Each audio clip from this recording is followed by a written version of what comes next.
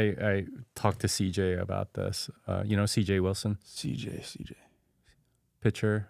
Oh yeah. He used to play for the Angels and the Rangers. So Okay. I talked to him for a while about this. He's like a good friend of mine, and dude, he was saying like it's like you're traveling to these like hodong towns that have like nothing, and basically like if you're not completely all in on baseball, you're not going to make it. That's exactly right. That's so CJ Wilson, how did you get connected with him? Because he was, I remember playing with him. I used to pitch with him when I was playing like video games back in the day. Yeah. No, he's he's in the Bitcoin space and stuff. Really? I wrote a book with him. Yeah. Very cool. I didn't know that. No, he's like when I met him, I was like, okay, I understand how you got to be a baseball player, and like like the guy is just.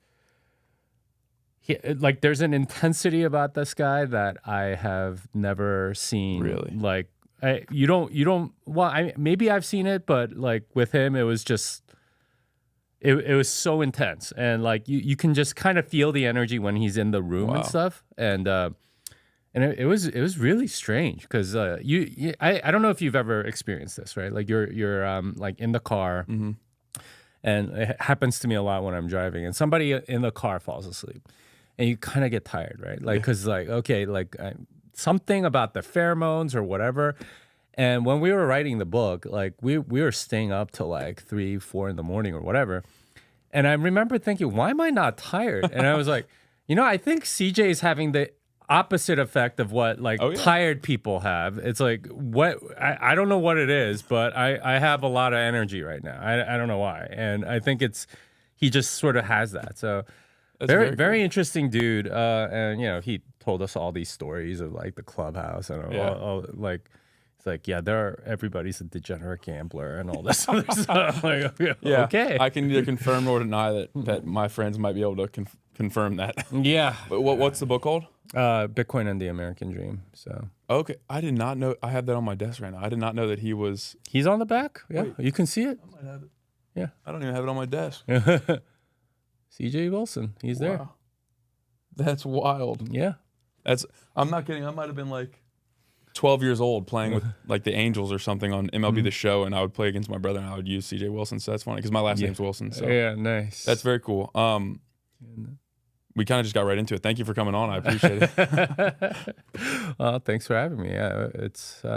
I guess we've been recording. Yeah, we're recording. I like to keep it loose. I like to keep it conversational. So, I don't know. Maybe that'll make it into the podcast. No, that will absolutely. Okay. That's awesome.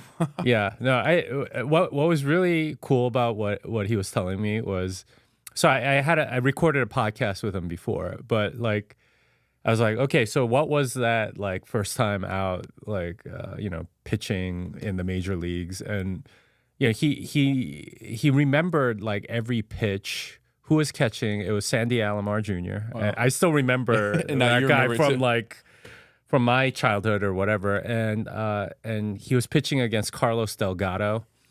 And, I guess Delgado's a lefty, he's a lefty, so he knew he had an advantage. And he had this plan before he went to the mound. And he was like, okay, it's going to be a full count. He's going to totally be expecting a curveball, and I'm gonna just throw him a fastball. He's not gonna expect it, and he's gonna strike out.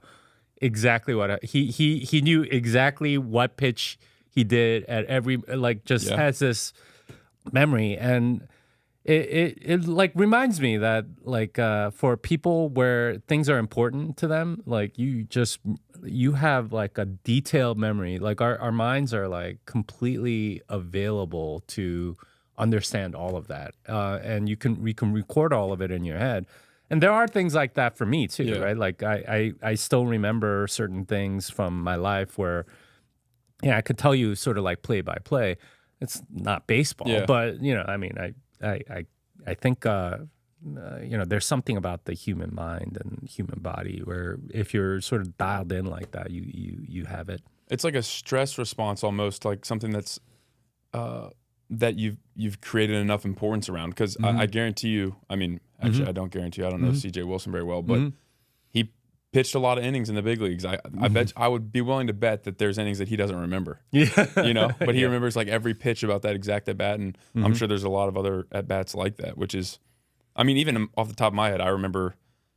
Even in my short career, I remember exact moments like that too. So that's interesting. Something worth diving into. Well, it's sort of like where time slows down and you kind of remember everything, and that's I don't know. Those are, I guess, the important moments in your life where your brain sort of turns on. It's like, all right, it's kind of like these cameras. Right? Yeah. We're gonna like record everything in slow mo and like go 480 frames per second or something instead of sort of like the time lapse that most of your day is, and it's moments like that, honestly, that you're kind of living for, I think. Yeah, you know what's interesting is I've honestly I thought about this for the first time recently, like the last year.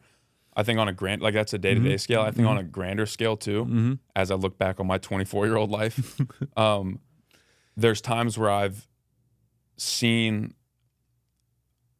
Most of the time, I haven't actually felt like.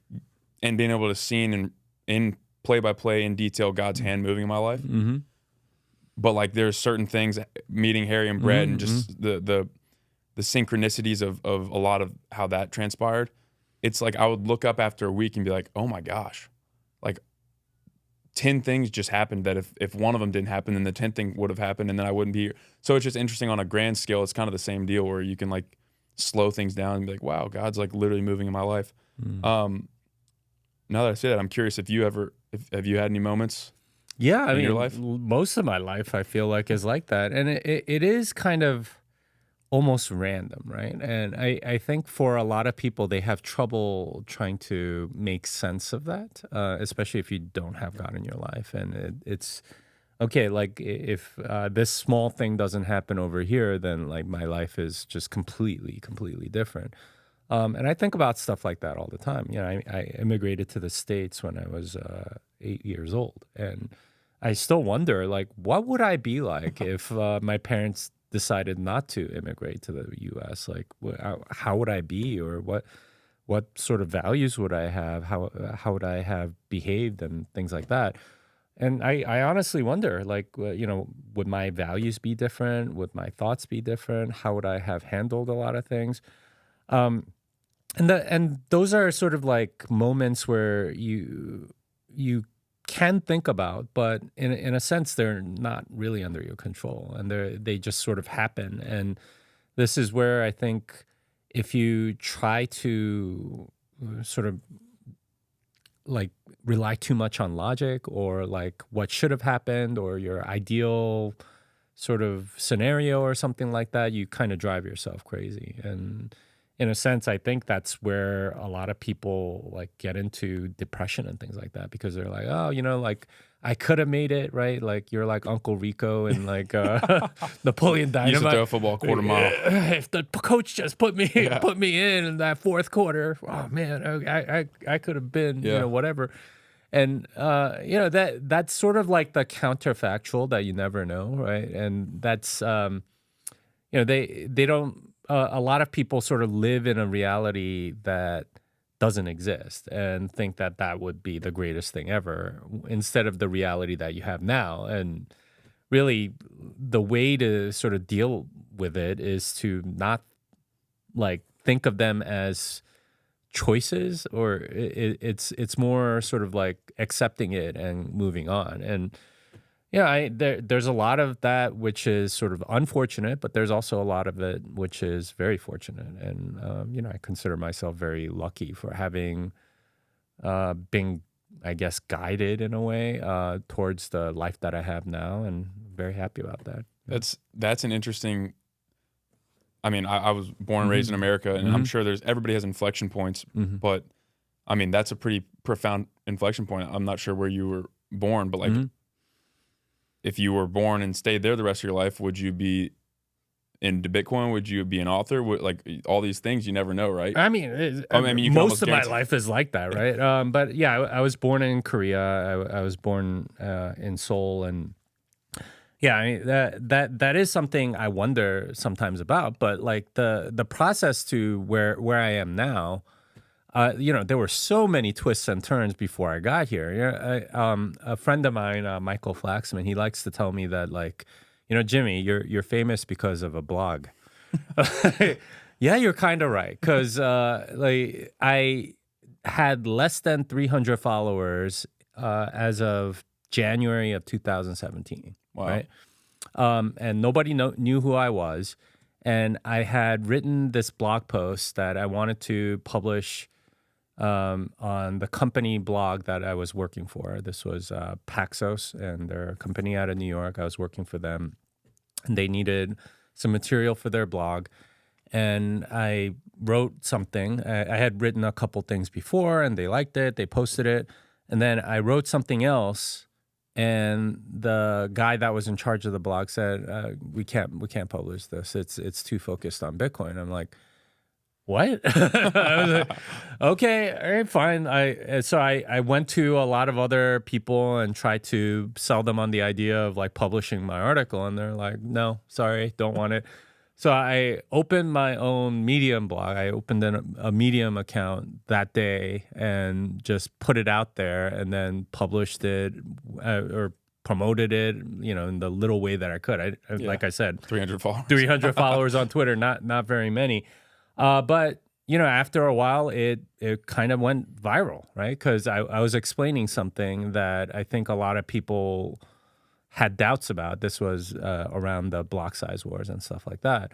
And I think a few people picked it up, and it really kind of explained things in a way that I don't think anybody else had. And I wrote another one the next week, wrote another one the next week. Next thing you know, I'm on a YouTube show. Next thing I know, I have my own YouTube show. Next thing I know, I'm, like, a lot of people know who I am. And it's like, okay, how did this happen? Like in 2017 in particular, like I said, I started out with less than 300 followers. By the end of the year, I had like 90,000. Like, wow. It was just kind of a very insane growth. For a while there, I was like super excited because I had broken 1,000, and that was like in April. And then like I broke 10,000 like 3 months later. Yeah. And then, just like a hockey stick. Yeah, it was because a lot of people were going into it at that time. And I guess I'm sort of like the influencer class of 2017 or something. But that was not something that I was aiming to do. But it's turned out to be a wonderful thing for me. And had that not happened, had certain people not promoted it, had I not gotten invited to certain YouTube shows, had I not gotten invited to certain conferences, like a lot of that might not have happened. But I was very fortunate, and this is where you kind of take the opportunities that you get and make the most of it. And that's at least that's how I try to view it. That's a cool story. I didn't know that actually.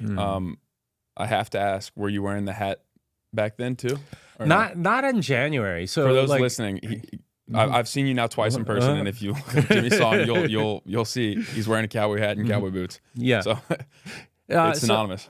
So January of 2017, I wasn't wearing the hat. I mean, I'm still Texan, so I was wearing boots and stuff like that. But it was more of a branding decision, I think, like towards the end of 2017. I started wearing the hat. I still remember, I wanted to wear the hat to show that I'm a Texan and so on. And it was like around October of 2017. And I still remember the first conference where I showed up with the hat.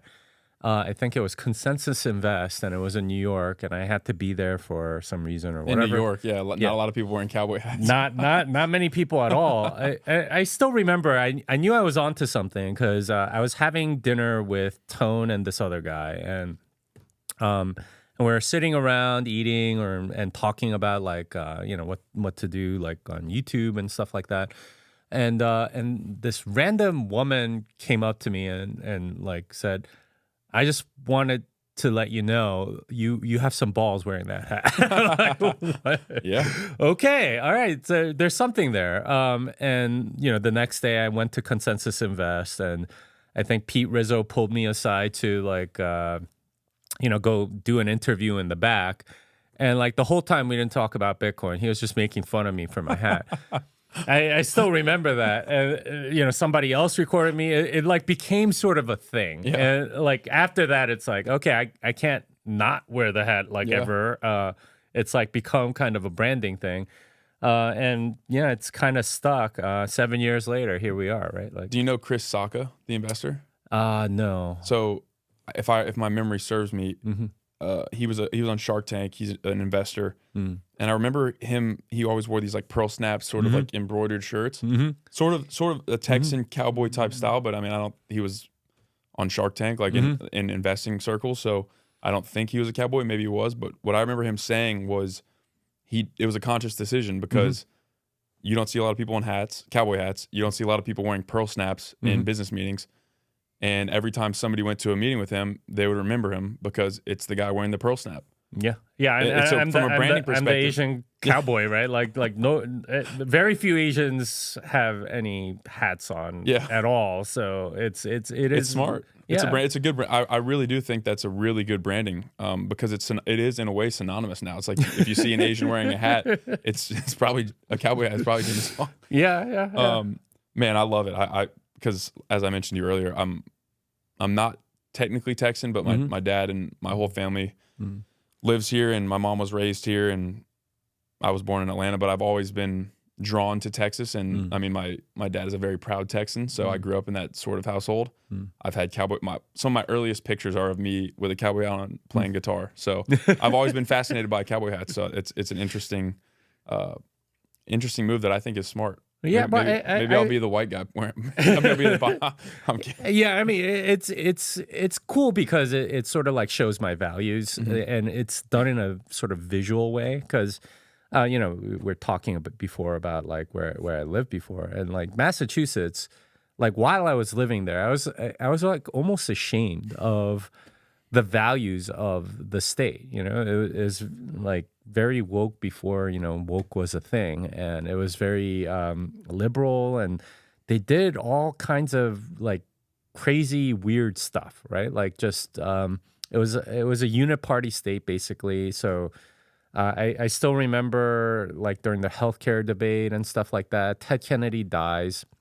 And they need that vote to pass the healthcare bill. So the entire state legislature changes the rules because previously you had to elect somebody. Instead, it was, okay, the governor can appoint somebody temporarily, and then we'll have an election a few months later. And that was like one of the only times that they elected a Republican. Scott Brown like won that election, but it was because they basically ran through this thing. It was sort of like nationally important that Obamacare get passed or whatever. I was like, oh, man, what kind of like corrupt game is this? Yeah. Like it was I like liberty. Yeah. I don't like collectivism. I don't like any of that sort of like political wrangling and all that stuff. So it was for me like moving down here so much better and so much more in alignment with my values that, although, like Texas is getting a little more liberal these days and so on, but we're also in Austin. I mean, it's just like anywhere. I mean, I'm from Georgia and I think the 2020 election was the first time in a maybe ever or in at least a very, very long time that Georgia went Democrat. Yeah. And it's because of the city of Atlanta. Really, because it's just the bulk of the population. Yeah, and that sort of like, I don't know, I guess sort of ideological capture, especially of cities and stuff like that. It's it's not great, but I do like what Texas represents, and I do wish more people would be more open about what they actually value. Find that a lot of people are very reserved and hidden about what they believe. And I get it. You don't want to get harassed or you don't want to get canceled. And especially in sort of like the Fiat culture we live in, what tends to happen is, you have to play these political games, and sort of hiding your beliefs from everybody lets you sort of like progress further and further, right? Like, I still remember, like, if you wanted to become a Supreme Court justice for some time, you had to sort of hide what you believed, right? And then you get in front of Congress and they tried to figure out what you believe, and you would just sort of like say a non-answer or whatever. That was the way you progressed for a long, long time. And that's sort of the instinct a lot of people have. I do find it interesting that that's changing, at least more recently, and people are more into sort of like distinguishing themselves, having a different flavor, and that sort of like Fiat way of being sort of nondescript and sort of staying in the background and being neutral and sort of getting a reputation of somebody that's above it all as a way of political advancement is changing now because people are, I don't know, more respectful of people that actually stand for stuff, because the guy that doesn't have any opinion is most of the time kind of a coward, and we're seeing that a lot in politics and so on. So. A friend to all is a friend to none. Yeah, I think Aristotle said that, if I'm not mistaken.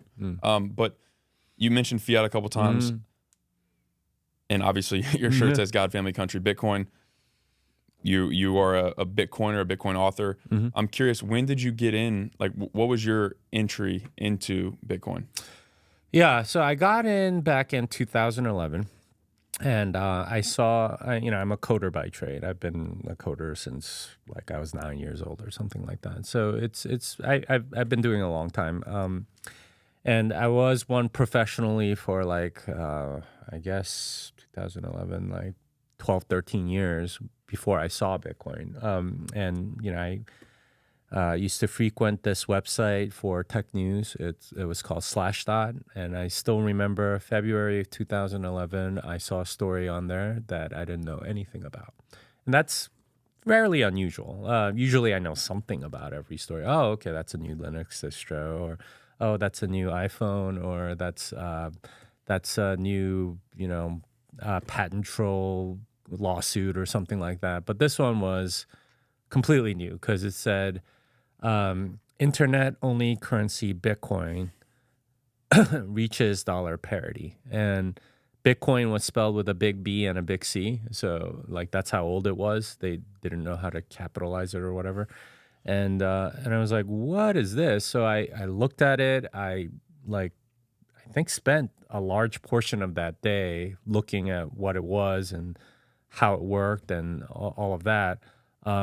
And I tried to mine some. I think that day I had some AWS servers that I had control of as part of the startup. I was like, it's not getting used. Let's see if I can run this thing.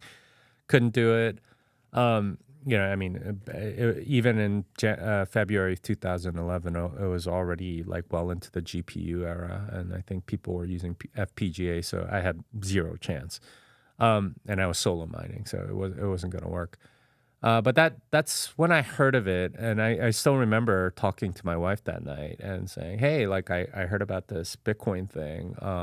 It's supposed to be an internet currency. And I still remember she had the reaction that I think most normal people would have, which is, I think that's a scam, Jimmy.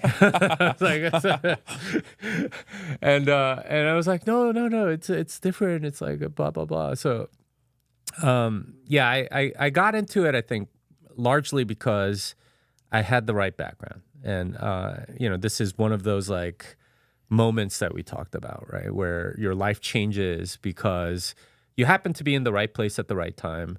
But, I was sort of the right person to see it because a lot of people saw that story. I guarantee you there were thousands and thousands and thousands of people that were browsing Slashdot at the time, and they saw that story, and they were like, "Yeah, whatever. Scam. It's stupid." But I was a coder. I also was a math major in college, so I knew at least roughly how the cryptography could work. And I had studied some Austrian economics from the 2008 financial crisis, so I was primed to think about the economic impact sort of in a different way than a normal coder would. So after I looked at it, I was like, okay, like I still remember thinking, if this is real, right? If this works and I have no idea if it does, but if it works, then I better be one of the first people to get it and not one of the last. You don't want to end up as one of the last people on something that monetizes. And so that's what led me to try to mine. Obviously, that didn't work. I searched online for ways to buy Bitcoin with a credit card. Of course, that didn't exist. There was, I think I found like a blog post of somebody in 2010 that had been selling Bitcoin for PayPal, but PayPal shut his account down, so he couldn't sell anymore. I found another blog post of somebody that had bought a GPU and was talking about how he could make back the money that he spent on the GPU by mining big graphic processor. Okay. So I'm not even fairly. I'm like very uninitiated in that. Yeah. So I mean, GPUs right now are sort of like hot because of AI. Because essentially, instead of a CPU, which can do arbitrary tasks, but can't do too many at once. GPU, because of the graphic processing, you need to do ray tracing and things like that, can do lots and lots of simple things and do many of them at once, but can't do very many complicated things. So that ends up being, pretty good for proof of work mining because the algorithm is pretty simple. It's double SHA-256. And you can get massive parallelization. That was one of the early sort of innovations that ended up getting like Laszlo Heinz, who paid 10,000 Bitcoin for pizzas. The way he got the 10,000 Bitcoin was by doing GPU mining. He figured that out. But that was he paid 10,000. When was that? This was I think it was April of 2010 or something. I wonder who he paid. Oh, I mean, the guy is known, and I don't know if he kept a lot of it, honestly. And that's pretty incredible if he did. Well, I mean, that's the thing. You need conviction to hold on to it, and a lot of there were so many people that were playing with Bitcoin, mid 2010 to end of 2011, 2012 or whatever. It wasn't really until 2013 that like the monetization of Bitcoin really began. And all that time, people were like, okay, I bought Bitcoin for 10 cents and, I sold it for $1. I made 10 times my money. Look at me or whatever. Because they didn't understand the economic aspect. And you can't really blame them. There was no Bitcoin standard to read, right? Like there weren't, in fact, like there was almost nothing in terms of the economics or even the technical stuff. I still remember trying to figure out how it worked, like as late as like 2013. I was extremely frustrated because nobody like explained any of the math. Everything, all the documentation was sort of all over the place. There weren't many great resources for it, and that led me to eventually make my own material that I started teaching to other people, and that led to my first book, Programming Bitcoin. But like in 2011, there was just nothing. It's just. Were you convicted? Like when was there a moment, or were you kind of just like right out of the gate? Okay, this could be serious, or was there like a moment where you're like, okay, like down the line from that conversation you had with your wife or that article on Slashdot, was there a moment where you're like, okay, this is for real. I'm sticking with this for a long, long time? Yeah, I mean, I kind of liken it to like my like conversion story for Christianity, right? Like some people have like that dramatic like come to Jesus moment. For me, it wasn't like that. It was just sort of like over a period of years, my faith in Christ like grew. And I think it was similar for me with Bitcoin. Like initially when I heard about it, I thought it made sense. So sort of intellectually, I understood it. But it took, some time to like fill in a lot of the gaps. Like the economic understanding, I mean, I knew something of the Austrian school, and I had an instinct, I think fairly early on, that the scarcity was a really good thing. But I don't think it was really until I read Safeteen's book, and I happened to be a reviewer like early on before it was published. So I think it was like 2015 or 2016 when like when he was sending out his manuscript to some people, and I was like, okay, here's some feedback. I gave him tons and tons of feedback on it. But I was like, okay, yeah, this totally makes sense. That really everything kind of fell in place for me. But like all along the way, I think observing the market, some of the things that had happened during that time period, like led me down a path of understanding it better. So, for example, the Silk Road was a big sort of like narrative driver for a lot of what happened in 2013. So, Bitcoin goes from something like $10 at the beginning of 2013 all the way up to $266 by April of 2013. And then it drops down to 50, and then it goes back up again towards the end of the year to 1100, one of the most volatile years ever. But that whole process of it was kind of driven by this narrative. Oh, it's darknet money, right? It's people that are buying drugs on Silk Road or whatever. But that, and I had some friends that we were talking about this stuff, and they weren't in Austin. They were like online or whatever. And I still remember it was October 1st, 2011. Ross Ulbricht is arrested as Dread Pirate Roberts of the Silk Road. And by the way, he like grew up right around here. He grew up in Westlake, which is a neighborhood of Austin. But that narrative was, okay, if Bitcoin is just drug money, it's this sort of like medium of exchange or method of payment for sort of illegal stuff, then it's going to die, right? Like that was sort of the narrative. And that day, I think it hit like a low of $80. It started the day at like 100, and then it dropped with that news, but then it started going up again. So what happened? Well, it turned out that wasn't the reason why Bitcoin was important, that this method of payment thing.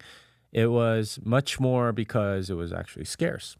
And that triggered like a 6 or 7 week bull run like we've never seen. Wow. So it went from like $100, $80 low of that day, something like that, all the way up to 1,100 in a period of 7 weeks. Wow. Incredible, like, timing or whatever. But that for me was like a pivotal moment. And I think it sort of like proved to a lot of people, at least the OGs that were around back then, oh, this isn't just drug money, and people are valuing it for other reasons. And it sort of like crystallized this concept of it being an undebasable store of value, and you can essentially trade with yourself with the future and be able to plan and all that stuff. And that's I think like one of those moments, right, where you sort of get a better understanding and sort of pieces of the jigsaw puzzle like sort of get placed, and you're like, okay, I'm getting a fuller picture. Yeah, because I'm trying to think back when I was probably much like your wife when I first heard about Bitcoin. It might have been sometime in college, maybe in high school. I remember hearing Bitcoin. I'm like, yeah, I didn't think anything about it. I was like, okay, internet money, are you kidding me? Like, scam, literally. So, I mean, that being said, I've definitely gained more knowledge now, and I have a very small amount of Bitcoin, mostly at the encouragement of people I trust who are a lot smarter than me. But when you say Austrian economics, what are you referring to with that? Like like I said, I'm uninitiated to a large degree. In terms of that. Austrian economics is a school of economics that was out of Austria. So Ludwig von Mises is like a major figure in that regard. But there's a lot of people after him that sort of compose of the Austrian school, and it's a school of economics that is not sort of like based on physics envy or whatever. So Keynesian school tends to be very envious of physics, and they like aggregate numbers and sort of treat each person as sort of like an atom or something like that, right? Like everyone sort of behaves the same given these incentives or whatever. And that's, of course, not true. Instead, it goes on first principles, tries to derive, okay, like this is preferable to that, right? Like people prefer things now rather than later, things like that, and derive sort of economic laws or what's going to happen based on that. And it produces sort of like radically different models of the world based on that. And it's not just Keynesianism, by the way. There's like Milton Friedman and the Chicago School, and lots of other sort of economic schools of thinking. But the Austrian school, I feel, is the most accurate. Now, I learned about it in 2008 because of what happened with the Great Financial Crisis. In particular, I still remember, it was John McCain against Barack Obama. George W. Bush was still in office, and there was this sort of like crisis that was happening economically. And basically, they ended up pushing for an $800 billion TARP bailout for the banks. And I was like, and you have to remember that at the time, like this sounded like monopoly money, right? Yeah. 800 billion. Like I had never heard a number that big before. And it was from, like just a quick story of like the context. Back in 1998, when I moved to Boston, there was something in Boston called the Big Dig. And it was like this highway program to essentially put one of the interstate highways under the city instead of like around and stuff like that. It was a big project because you had to like sort of dig, and there were buildings there, and you had to make sure that they were supported or whatever. And it was something that was federally funded. Originally, it had a budget of $2 billion. And at the time, that was like $2 billion. That's a lot of money for the government to be. To be, and to fund a project just to put a highway under the city. It's like, man, that sounds like a sick amount of money. And it went over budget, and it ended up costing $20 billion, right?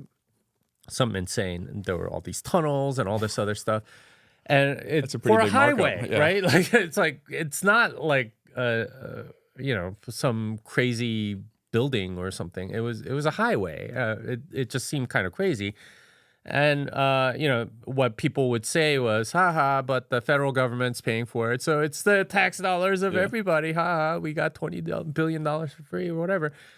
That was, to that point, to 2008, like the biggest number that I had heard. And like 2 billion to 20 billion, that just, man, that is a lot of waste. And then I hear 800 billion. I'm like, what? Yeah. Like that's like almost $1 trillion. Yeah. It just seemed like such a crazy number. It sounds kind of quaint now, right? 800 billion is like nothing. Yeah. But you like hear about it now. Back then, like 800 billion was such a crazy number that I just couldn't even fathom. Like, what are they using it for? Or like, where's this money coming from? And I investigated a lot of it, and I found out, okay, like this isn't coming from taxpayers, right? Like you're not suddenly getting a bill for however much. Like there's 300 million people, $800 billion, so that's what, like a few $1,000s for every man, woman, and child in America or whatever. It's like that wasn't happening, right? Like they weren't suddenly asking for a big check. It was okay. Something else is happening, and that led me down this road of, okay, how does the money work? Like why do we have a system like that? And it turned out that the system of central banking, Keynesian economics, really Marx and all of that, like I started to learn a lot about that. And the only one that actually made sense as to what happened there, right? Like how we got to this crisis, was the Austrian school. And they actually correctly predicted that there would be some sort of crisis because you had all of this malinvestment from lots of easy money printing.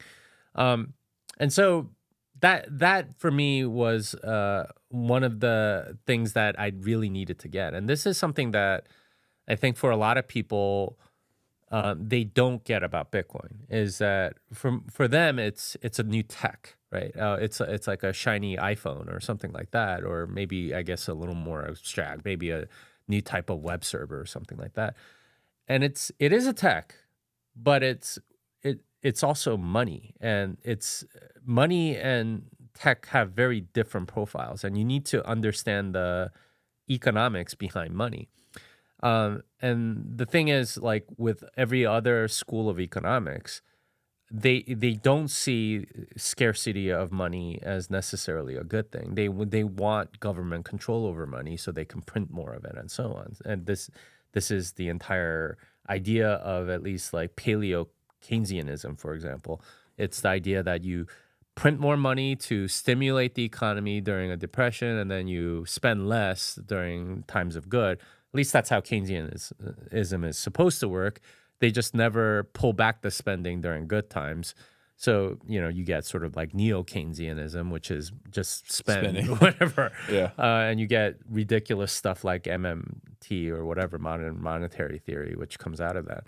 But, economics is a major part of learning about Bitcoin, which is why, like, for a lot of coders that saw Bitcoin early on, they didn't get it, right? Like, they were like, oh, well, okay, the technical stuff is interesting, but it's never going to work because, like our monetary system is fine or whatever. And they didn't understand that actually our monetary system is horribly corrupt, and there's all kinds of problems with it, and there are crises that are being built up and pent up sort of pressure around it, which we're seeing right now, like with inflation and all that stuff.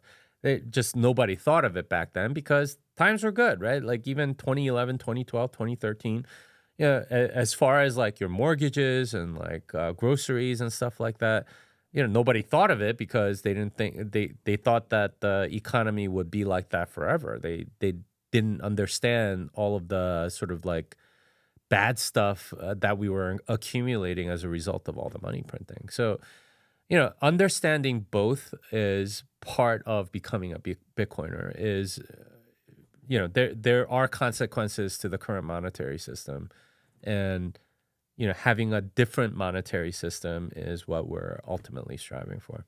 Yeah, and that sort of, at least in my mind, stems back to another word you use, question is fiat.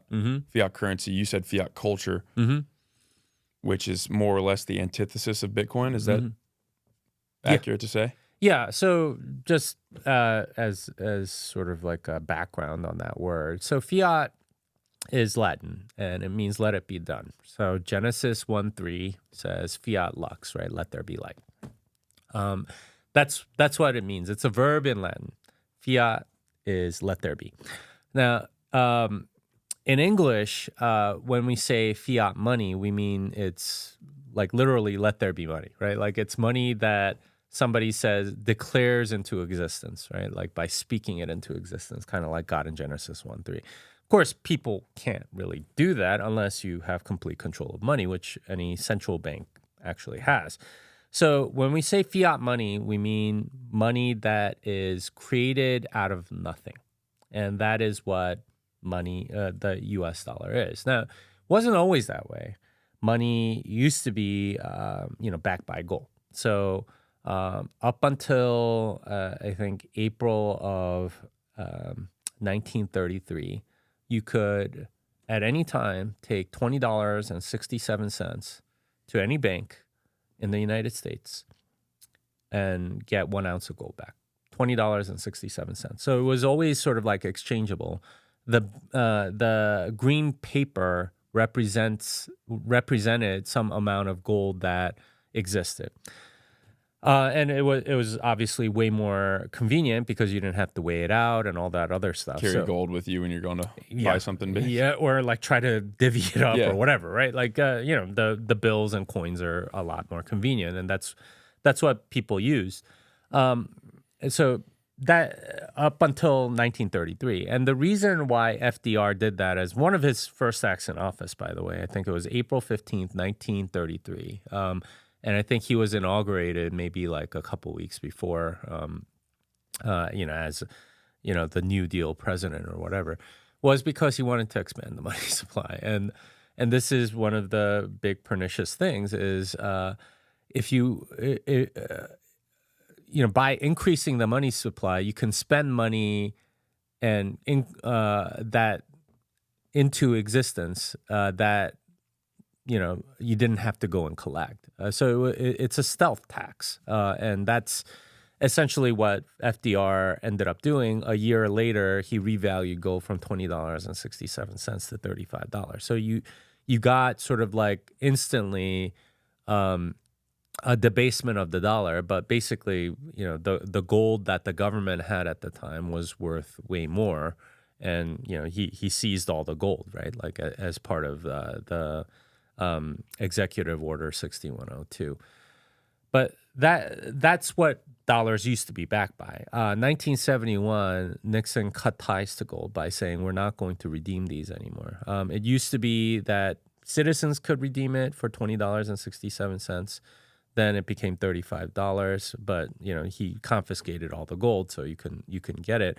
But other central banks, as part of the Bretton Woods Agreement, would still be able to redeem dollars for gold at the $35 rate up until 1971. But there were countries that were threatening to do that, and the U.S. actually had depleted a significant amount of gold, and that was because of the excess of the 60s. Not only was there the Vietnam War and a whole bunch of social programs like the War on Poverty, Medicare, Social Security, things like that. All of those programs were either started or expanded. There was also NASA, right? Like enormous expenditure throughout the 60s to sort of as sort of like a Cold War, like I don't know, one-upsmanship or whatever it was.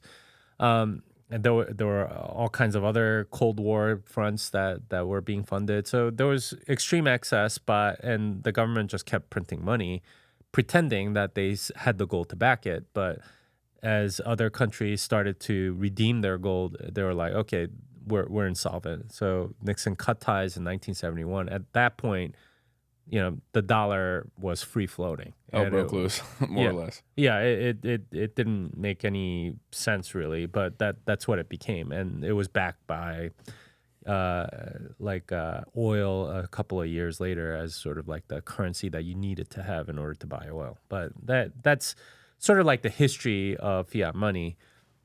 But really, it just means money printed out of nothing, some central controller that gets printed. And of course, they have all the power if they have the ability to print. Would you say that 1971 is when Nixon completely cut ties? Yeah, it was August of 1971. And he made an address to the public. And not too many people remember this because, he's more known for like the Watergate scandals. Yeah. And at the time there was, Vietnam was still going on, and he was doing stuff with China. So this kind of gets superseded by all those other things. But this was a major, major moment in the history of the world, was that Nixon shock in August of 1971, where it was no longer backed by gold. And, there's a website, WTF happened in 1971, and you can go see all the graphs and things about changes that have happened since then, how standard of living, costs of things, it's just gone kind of bonkers. Is that when we became a fiat culture? Yeah, definitively. And yeah, it's so interesting. You said the thing that just came to my head before you said the WTF happened in 1971. I've been I work in the health space, and I've been seeing a lot of, over the last 5-6 months, a lot of graphs and just information about trends in America, whether it be obesity, diabetes, cancer, heart disease, childhood obesity, all these things.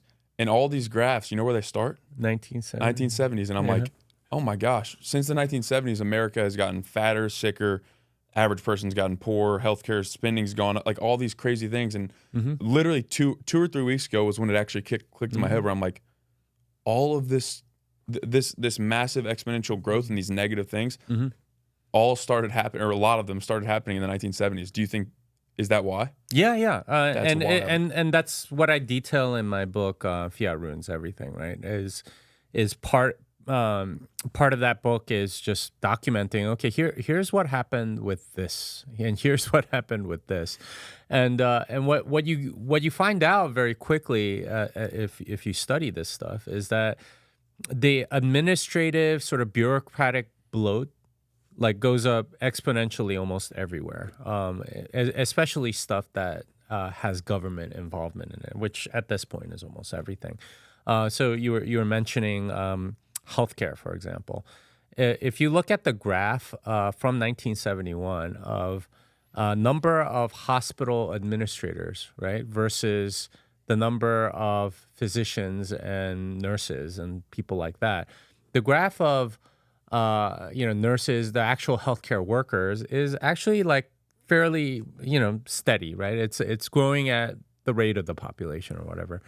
The graph of the administrators, it's exploding, right? It dwarfs everything. It's insane. And that's not just true of healthcare. It's also like, colleges, administrators. You look at the number of professors or people that actually teach versus the number of administrators, and administrators go through the roof.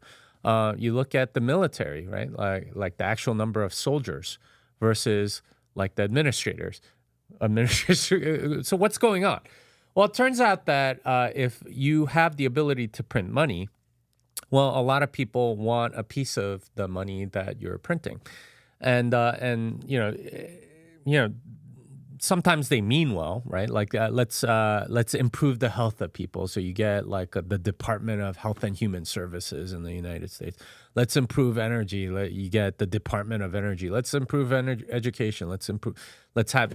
But what do they actually do? Well, actually, not that much. And who's paying for it? Like, where does this money come from? Yeah, they get paid for by newly printed money. So they get this spigot of government dollars, and they're not incentivized at all to make things more efficient. They're incentivized to keep their job, and that's kind of what happens in all of these places. Is the administration, right, quote unquote, is almost all there to manage money in some way, shape, or form, or to do the things that the money printer tells them. So in healthcare, for example, there's this very weird sort of system of people paying for insurance, and then the insurance company sort of like paying out the doctor. The insurance company is essentially like kind of a needless third party, right? As a result of the system that we have, you do not need them. Like they don't add any value, right? Like there's nobody there that's saying, you know what, like the insurance company is not like giving you an X-ray or anything like that. They just sort of like sit in the middle and they handle the money. And if you talk to any doctor, any healthcare provider, the most painful thing in their practice, they just want to go heal people, help people, or whatever. The most painful thing is dealing with the back office billing. That's by far the biggest complaint every healthcare provider I know has about their practice. Why? Because there's this insurance company sitting in the middle that's doing the monetary stuff, and that's where vast majority of the administrators are. Well, and where are they? Well, first of all, they're at the doctor's office, right? Because you have to deal with 18 different types of insurance, and you have to fill in the forms exactly correctly and you have to figure this out, and your claim might get rejected, in which case you have to send it in again with the corrections, and you end up not getting paid for 90 days. Now that's like hurting your cash flow. Now you have to do this. You have to send these bills to collections because their insurance rejected it or whatever, and you're directly billed. So you have the doctor's office there. Then you have the people at the insurance company, all bureaucrats, right? All like sort of like rent-seeking, busybodies that don't do anything. But they have to figure out, okay, was this actually covered, and how do we know that the doctor or the healthcare provider actually performed this thing? And do we have the documentation to back that up and all this other stuff? And then they do the payment or whatever. And you have on the other side, they're having to collect all these premiums and sell these like insurance plans, mostly to employers and so on. And of course, for the individual, you have to go either if you're not getting it through a company, you have to go through this government system to figure out and you have government administrators that have to maintain that, and not just the website but the whole program. It's all financial. It keeps going. It's all financial, right? It's the financialization of all of this stuff. It has nothing. That's so interesting. I've never thought about that. It has nothing to do with the actual practice of me. Say you're a doctor and I go to you, hey, can you help me fix X ailment? None of that has anything to do with that. Yeah, I mean, imagine if we did this for plumbing, right? and you plumbers would probably shoot themselves from having to go through. Okay, yeah, I actually did replace the flapper in your toilet or whatever, and have to document. It's so much easier. You just go pay the plumber when they come to your house and fix something. That was the experience of most people for most of civilization when you have to have a doctor. Okay, I have this problem. Can you tell me what to do? And they perform some diagnosis. Okay, yeah, that'll be $50. Okay, here you go. Here you go. Right. Instead, you have this giant, crazy apparatus that's all dealing with money. And that's where most of the administrators are. And it's similar on the education side, right? You have this in-between step of student loans that are mostly funded by the government, actually. And but you have to have administrators on both sides. Now students have to go and take out the loans, and then of course the college wants to charge more money, and so they have to make the facilities better and, create all of the student programs and stuff like that. Those are all administrative tasks. It's all related to the money, and that's where all of these bureaucrats end up. But that's what fiat money does, is it creates incentives for this stuff because there's somebody ultimately at the end that's printing the money. And that's the central bank. Yeah, and that's the central bank, and the government works hand in hand with the central bank to basically create these programs that are ultimately taxing us, all the taxpayers, all the savers. Your savings gets debased. It's not like taking money out of your pocket, but it makes it. But they are devaluing the money that you have by doing that, and as a result, you get tremendous amounts of bureaucracy. You get your money stolen away, and it shows up sort of in weird places, right? Like housing prices, for example, all over the world, everywhere I've traveled, and I've traveled quite a bit. Housing prices have gone crazy the last 4 years. Why? Because we've had COVID, and there's been a massive amount of money printing to sort of I guess help people or whatever, but really you're robbing Peter to pay Paul, right? Whatever. It's a lot of money printing for the sake of creating, stimulating the economy, but really you're just stealing from everybody else.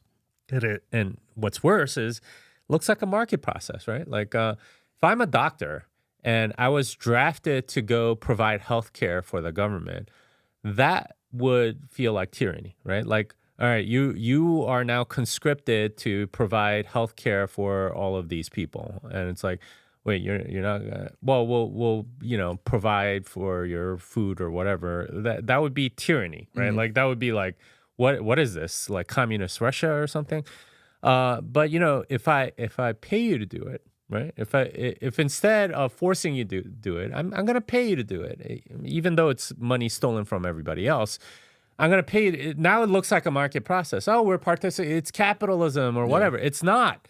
It's not capitalism. It's cronyism, right? It's the government sort of stealing from everybody else to pay for what they think they want, and this happens all over the economy. So you get sort of like an economy that's based on theft of other people's productive use, and you get weird incentives all over the place, and you get more of what the government wants instead of what the market wants. So you get stuff like DEI and ESG policies and stuff like that. And that has to do with why you named the book "Fiat Ruins Everything," because it shows up everywhere. The idea that like inflation is theft. Well, one step back. So is it? I heard this once. I think it was Robert Breedlove on like, man, this was a long time ago. This was probably like 2018 or 2019, my sophomore year of college. I was listening to him on like Tom Bilyeu's podcast, and he said the Federal Reserve is not federal and it has no reserves. Is that true? Yeah, because there's nothing backing the dollar. So the central bank is the Federal Reserve, right? Yeah, that's another word for it? The Central Bank of the United States is the Federal Reserve. Oh, okay, gotcha. The Central Bank of Japan is the Bank of Japan. Oh, okay. The Central Bank of China is the Bank of China. So is that like a clever marketing tactic to name it the Federal Reserve? Yeah, because initially when it was created in 1913, it was still gold backed. So they actually held a reserve of gold, right? So that was the idea. And they sold it as sort of like a more steady thing, and you wouldn't have these like wildcat banks and like banks essentially being insolvent and going bankrupt, right? Like, and not giving depositors their money. That was the entire idea. But it kept that name even after 1933, and certainly after 1971. It's been the central bank of the United States. So it's not federal, and there's no reserves. Well, there's no reserve. The federal part is interesting because it was initially created as sort of like an independent entity of the federal government. So it's not federal in the sense that it's not actually like a government entity. It's like half private, half public. Because we don't elect those. Yeah, so the Federal Reserve governors are appointed by the president, and it's kind of this very weird thing. But when it was created, the shareholders of the Federal Reserve, because it's a bank, right? Like a central bank is still a bank, and it's actually a bank for other banks. The idea being that it provides liquidity and all that stuff. So, Bank of America is a member of the Federal Reserve banking system. Wells Fargo is a member of the Federal Reserve banking system, and so on. And the Federal Reserve system runs, like, for example, the ACH. I forget what the A stands for, but it's a clearinghouse, right? Like it does the transfers between banks. So if I'm going from Chase to Wells Fargo or something like that, it goes through the bank for banks, and then goes to the other bank, and then it goes to the other account or whatever. They're a bank for banks, but they also have this ability to print money, conveniently, very conveniently. And by the way, they're not the only ones that are allowed. Any other bank is also allowed to do that. It's they have to maintain a reserve ratio or whatever, but if you're getting a mortgage, for example, for $500,000, which is, I think, around the median home price now. I remember seeing something like in the mid 400s or something like that. So say you're getting you're buying a $500,000 house, and you put 20% down, so you have $400,000 mortgage loan that you need from the bank. So just ask yourself, where does that money come from? Now, what we're told in school is, well, somebody deposits $400,000, and the bank is charging you 7%, but the bank is paying out the saver at 5%, and they make the difference of 2%. Now, that's how it should work if it was sort of fully reserved, but that's not how it works at all.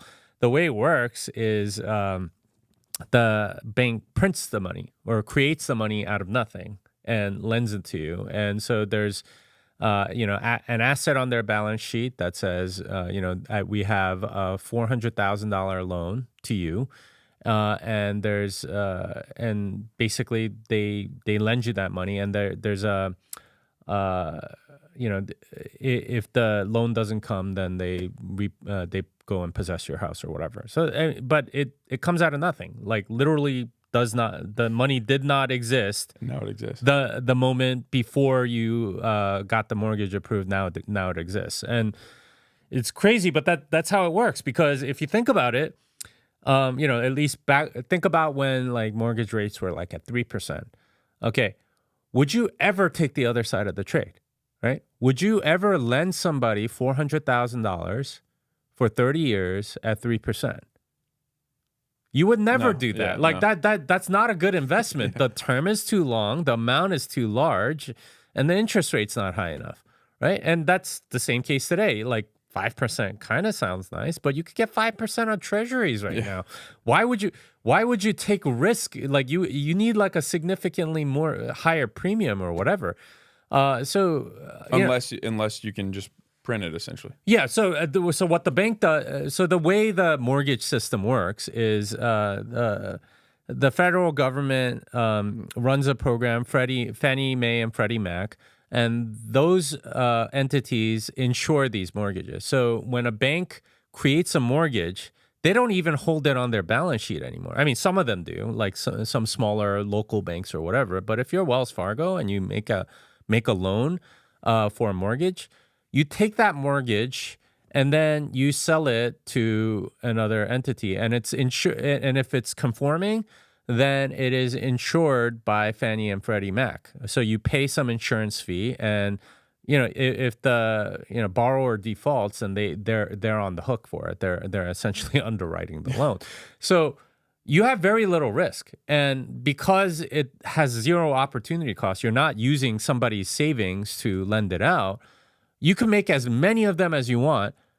Of course, they're incentivized to go and sell as many as they can. And in fact, this is basically the dynamic that happened in 2000, the early 2000s, and still happens today, where they lent out as much as they could, and then you had this buildup of like housing, and the prices go up as there's more demand for it, where they made as many loans as they could.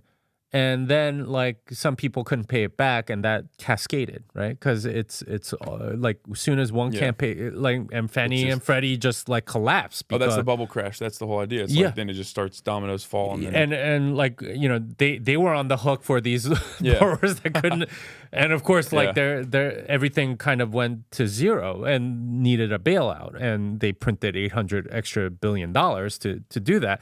This is actually kind of what happens when you print money out of nothing, is you get all this leverage in the system, and it has to clear out, and that unfortunately it didn't really clear out.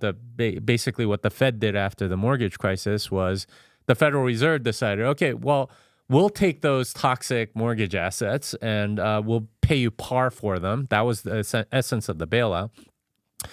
So we'll take, and then as the economy got better, they started to like deleverage off of that stuff and started selling some of those back into the market and so on. But this the financial game that they're playing is they just print more and more money, and you get distortions all over the economy, including very high housing prices, because it's ultimately backed by a lot of these entities for the money, right? Like it's all money. It's all like bureaucracy. It's all kind of crazy.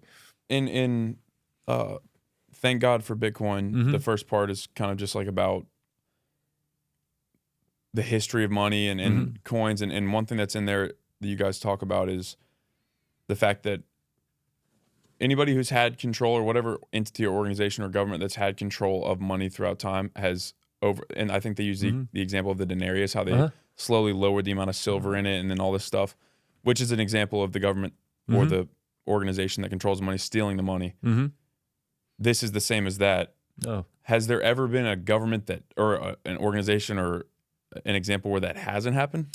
I think there was I think it might have been called a ducat, but it was like some Venetian bank that issued it, and it was good for like hundreds of years. And part of it was because they were competing against other money at the time. So whenever you have a monopoly over money, that debasement is inevitable because, like, what are you gonna do about it, bitch? Right? Like, it's that's basically the government stance.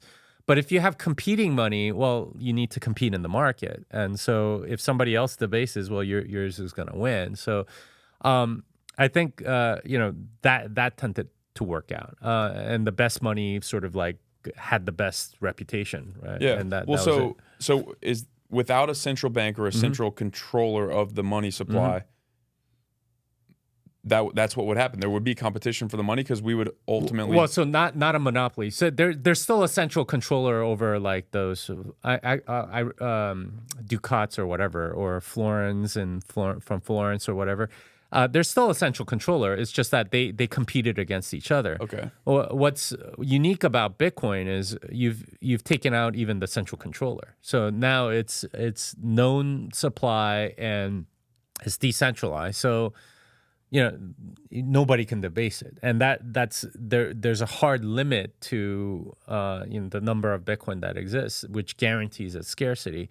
Whereas you still had to trust somebody with sort of like the gold ducat or whatever that you got from that these Venetian bankers used or whatever, and that was outside. Like Bitcoin brings in something even better than sort of like monetary competition between different things. And so, like, what's the end game? Who wins? Well, obviously the controller and the central bank wins, but is it just more power? Or like, obviously the people at the top get more wealthy, but like, what's the end game for that group? Yeah, so the end game is almost always like more. Staying in power. And this is what every authority ever wants to guarantee, is that they stay in power. Because as soon as you lose your power, well, your life is in danger, your wealth is in danger, everything is in danger. So staying in power tends to be the overriding goal of any sort of government. And if you have the ability to steal from other people to do things, well, that ends up being actually very effective in sort of staying in power. So, especially if you can trick them into thinking that, that you're not stealing from them. Right. So staying in power, and this is one of the sort of early consequences of fiat money was World War I. So there was continual escalation.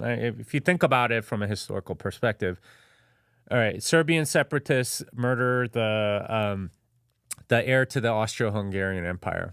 Very regional conflict, very tiny, Balkan versus, it should have been a 6-week war. That's what most people expected, except it kept escalating, right? Russia backed Serbia, Germany backed Austria, France and England backed Russia, and then, Italy and Italy backed Germany. And, it became this gigantic mess. And then, like, they just kept escalating. What was going on there? Well, if you want to stay in power, you cannot lose a war, right? And both sides had the ability to print money, so they kept escalating. Because, all right, well, imagine a poker table where you have like essentially an infinite amount of chips, and you can just keep betting, and never show your hand. Well, that's kind of what's going to happen. Yeah. It only sort of collapsed after like the wealth of all of their citizens was depleted, and that it was sort of like total war for that reason, because both sides could keep escalating. So, war is one way in which everyone is incentivized to win, but before if you have like hard limits on how much you can spend, which they did before World War I, well, you can kind of see things ahead. All right, if I'm going to lose, I better make peace now before it gets to that point where I'm going to get killed, for example, as a ruler of this country. Let's sue for peace now, and then like do something else later. And that was the strategy of most of these wars, which is why they were mostly fought by professional soldiers. Not civilians, and it didn't last all that long for the most part. But World War I changed all that. Other things, right? Like you now have this phenomenon of dictators and just complete tyranny reigning for a very long time. That wasn't normal because if you're a tyrant and you can sort of like do things to keep your tyranny, like people would rebel or whatever. But when you have sort of like this thing of infinite money printing, well, you can just keep stealing and hire other people to enforce your police state or whatever. And that ended up being actually like a strategy that a lot of dictators have used. You just take money from the people and use it to hire goons and go and enforce your dictatorship. And it's really only external, oftentimes, factors that end up overthrowing them. So, like, dictators in the 20th century, they're like rarely overthrown, like just straight up. It's usually external economic factors that end up like collapsing them because they now have access to all kinds of surveillance technology and secret police and all kinds of stuff that keep them in power, and that's what they spend it on. Yeah, there's those famous pictures in Germany, I think, of like people burning cash. Was that World War II or World War I? That was in between. That was the Weimar Republic. Okay. And that was essentially they kept printing money. And they were so in that instance, they're actually printing real, tangible, physical money. So because they didn't have computer systems back then. So it's funny if you read about that. There was literally people that had to print larger and larger bills. And there was a funny story that I read in I think When Money Dies. It's a book about the Weimar Republic. But there was literally a union that printed the money, and they went on strike, and they got the fastest settlement of everybody because like they needed the money. That's a lot of leverage there. Yeah. Oh, well, and that's the thing is you get kind of crazy situations like that when you have inflation. Now it's just like somebody pushes a button and you print however much money. Yeah. And it's done in a way that's not so obvious because it's always done in the form of a loan. So the $400,000 mortgage that you're getting, that expands by $400,000, but it's also sort of your liability, and if you pay it back, then the money sort of like contracts by that much or whatever. But of course, the loan supply keeps expanding, and that's why you have a larger and larger supply of money, and that it's sort of like contained a little bit because of this mechanism of loans. What we had, for example, during the American Revolution was the Continental, and that was a money issued by the provisional government of the United States during the Revolutionary War, where it debased very fast because they just printed more of it without some sort of like loan mechanism. That the loan mechanism sort of puts some limits on it because you borrow this much, you have to pay it back and debase dollars later, but it still has to get paid back. But that makes it a little bit easier. But of course, you get situations like Venezuela, Zimbabwe, and so on, where they print or they loan out tremendous amounts of money, and nobody like thinks about paying it back, or they pay it back in very, very debased dollars. So effectively ends up being very similar to the Continental. But the Weimar Republic was very much like that, where they just kept printing more money for a lot of historical reasons. But yeah, it was very depressing for a lot of people. Yeah, I mean, I remember seeing those pictures. Ironically, now that I say this, in public school, about a government doing a bad thing, hyperinflation. When the government that was paying for the school that I was going to was also inflating the money supply, which is just, it's funny how that works. But so in terms of, that's I feel like that's a pretty good base of why fiat is bad. Fiat currency is bad, and I mean, we could literally talk about this for probably years if we really wanted to. I mean, I have a whole book on it, so yeah, literally. Yeah. But one of the things that I found fascinating, and it's so interesting how we never actually think about this, or not we and never, but most people don't usually think about it. like what money actually is. And that's another thing I liked about the beginning of Thank God for Bitcoin. It talks about like what money actually is, because as I said, I don't remember ever thinking about that until maybe 2 years ago. I just or inflation. I never really even oh, it's just inflation. It's just money. What do you mean? It's just a green piece of paper. Yeah. There's like I want to say there's 5 characteristics of money, or 6 or 5. Well, there's properties of money that make it a better money, right? Okay. Like so, you know, divisibility, fungibility, recognizability, scarcity, and durability, a couple of others, but like those are the major ones, and you need all of them, or else it doesn't make a good money. So if it's not scarce, then Is that the most important one? Yeah, that's the most. If it's not scarce, then you know, like people just make more of it or whatever. If it's not durable, like you know, I give this example of mackerel cans in prison. That's so it used to be cigarettes that were used as money in prison, but I think federal law banned smoking, I think 20 or 30 years ago. So now it's mackerel cans. What's a mackerel can? Well, it's a $1 can of mackerel that you can get from the commissary, and if you have money in your account, then that's what you can use, and in a lot of prisons that acts as money. So you know, I had a friend that went to prison, and he said, yeah, like you call them max, and you know, how much does that cost? That's 3 max, or that's 2 max, or whatever, and each one is about $1. You know, kind of. Only thing is, like, those things go bad after like 7 years. So what he told me was, you know, if it's older than 4 years, it trades at a discount. So it ends up being like 50 cents, right? Really? Like, so you need some durability, Yeah. which is important. Divisibility is another one. This is why we don't use like diamonds for like or whatever, because they're not you can't cut a diamond, or even like a Michael Jordan rookie card or something like that. You can't cut it in half, right? Like it's either $2 million or nothing. There's fungibility. So like each one has to be good as the other. So again, we don't use diamonds for that reason, because every diamond is very different and they have different values based on clarity and the number of carats and so on. So you know, those are, you want everything to be the same.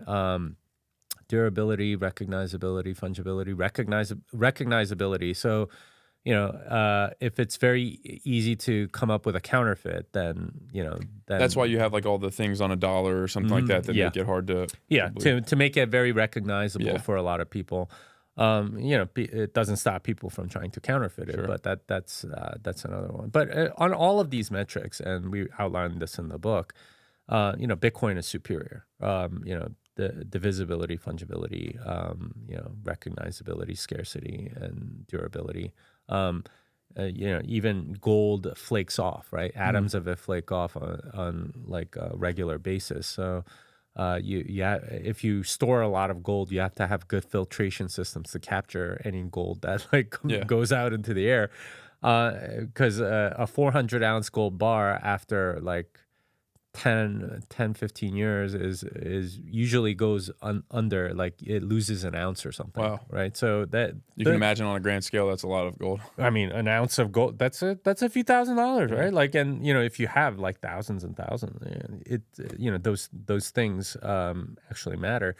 So, you know, the durability is a major thing, and that's you know, with Bitcoin it's digital, so you don't have to worry about that stuff. You also don't have to worry about fakes, because you run your own node. You can go check yourself, and you don't have to worry about divisibility. It goes down to 8 decimal places. You don't have to worry about scarcity, because we know there's 21 million and so on. So all of these things, like just Bitcoin is superior. And you know, portability, that's another one, where carrying it from place to place. You want generally high density of value. So this is part of why gold won over other things. So copper was used for value, but it was, you know, each copper coin wasn't worth very much. So if you were paying for something expensive with copper, it was like literally hard to carry. Right? Yeah, Like, you have to carry like a whole wheelbarrow like or something. some very large amount of stuff. And this why bills became very popular, because they're very easy to carry and so on. But with Bitcoin, it's literally zero weight. Yeah, that's true. It's digital. Well, like the thing, I think for me, one of the biggest things that I had to overcome in terms of like accepting or I guess accepting Bitcoin and like really understanding it was the fact that it's digital. And I've listened to a couple things, but it just kind of blew my mind. I've listened to like Naval Ravikant talk with somebody about it, and maybe I've listened to a couple other people talk about it. But like, so this is gonna sound like so simple, maybe oversimplistic. Like, what actually is Bitcoin? Does that make sense? Yeah. It might be so dumb for me to ask, but I actually have no idea. The way I describe it is decentralized digital scarcity. And we've never, until Satoshi Nakamoto created Bitcoin in 2008, 2009, those three things didn't exist in a single thing. So we've had decentralized physical scarcity, something like gold, right? It's decentralized in the sense that there's you can go and gather it. Anyone is open to go mine for gold. If I own a piece of property, I could dig and try to pan for gold as much as I want. I'm probably not going to find very much, but I can, and that's the idea. Is that there are lots of people looking for gold right now, right? Like there are people in South Africa, there are people in Canada, there are people they're digging for gold, and that's their right. They can do that. So that's what makes it decentralized. It's something that's there's no central controller.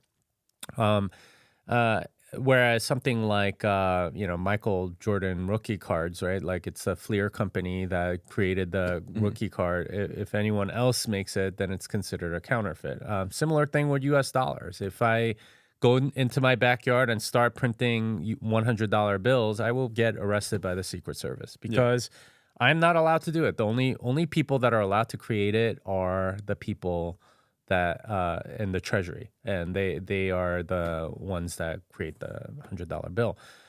So decentralized, digital versus physical. I think you kind of roughly get that. Something physical, something like gold or the U.S. dollar or whatever. But the U.S. dollar is also digital, right? Like I think something like 96% of all U.S. dollars is actually a ledger entry on somebody's bank ledger. Just numbers. Like, yeah. It's the actual physical currency, like $100 bills, coins, whatever. It amounts to like 3 or 4% of really all U.S. dollars that exist. I mean, I can't remember. Now that you said, I can't remember the last time I've paid for something, at least of any like substance with cash. That makes sense, right? And you don't get paid it's a direct deposit, or at best you get a check and you go deposit it. There's no cash there, right? Like, and that's how the vast majority of transactions now take place. If you're using a credit card, you're certainly not using cash. So it makes sense. It's digital, right? In the sense that there's value going back and forth, but it's centralized, right? Like the ultimate ledger of how many dollars someone has is really at the banks, and they're heavily regulated. Software is all audited and so on. Digital and scarce. So there's lots of decentralized digital things. There's lots of centralized digital things. But generally, if it's scarce before Bitcoin, anything scarce had to be centralized, right? Centralized digital scarcity. So an example of that would be like World of Warcraft gold or items or whatever. Blizzard company can say, okay, we're only going to have like 3 of these swords, right, in the entire game, and that's it. And that makes it scarce because the sword actually lives on Blizzard server and they control it, and that's how they enforce that scarcity. Similar thing with something like concert tickets. Most of them are not physical anymore. It's it's digital. You get some QR code or something, and they scan it and whatever. But there's only so many seats in an arena, and they enforce that scarcity through their software, and it's all done digitally. And you have decentralized digital stuff, but that tends to not be scarce. So, for example, if you've ever done file sharing, an MP3 file is not scarce. Right? Yeah. It's decentralized in the sense digital. that like lots of people can have it, and that was kind of the point, right? It's infinitely replicable.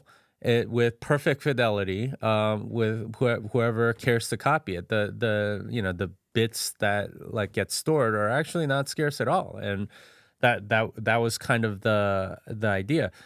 What Bitcoin is decentralized, digital, and scarce, and that's something in combination that we've never had before. And the way it's enforced is through a ledger, a global ledger that everyone sort of keeps track of. And it's not very different than your bank's ledger, and that's how they enforce sort of scarcity at their bank, right? Like you can't just like say I have like $1 million more in my bank account right now. Like the bank has to do it, and if they give you a loan for $1 million, that's exactly what they do. Yeah. They add $1 million to your account. But it's enforced through the ledger, and what a ledger is if you transfer money, you debit from one account, you credit to another account, and so on. It's basically how Bitcoin works. There's a global ledger, except instead of a single entity like a bank controlling it, it's all kept in track by nodes, right? Bitcoin nodes. So we could technically right now look up, like we could find that ledger. Yeah, that's what the Bitcoin blockchain is. Okay. So it's literally a record of every transaction that has ever happened on Bitcoin.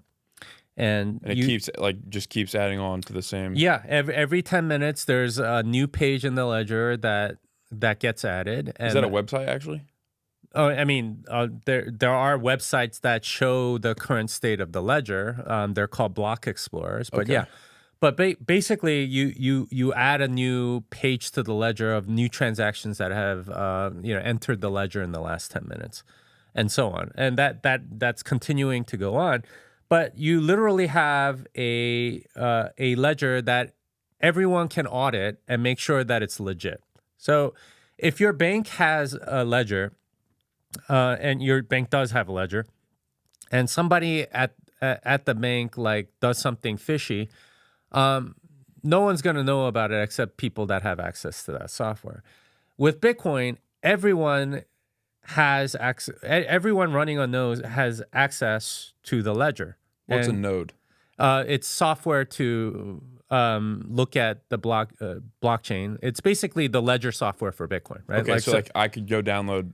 Yeah, you can go download Bitcoin software right now and download the entire history of every transaction. And that's not behind a paywall or anything? No, you go download it for free. And in fact, you can, it's a lot of data. Yeah. So currently, I think it's like 700 gigabytes or something, or 500 gigabytes maybe. But it's every transaction, that has occurred since 2009. But it enforces, the software essentially checks the ledger to see that nothing fishy is going on. Like no one is, debiting $100 and crediting $200, right? Like creating $100 into existence, for example.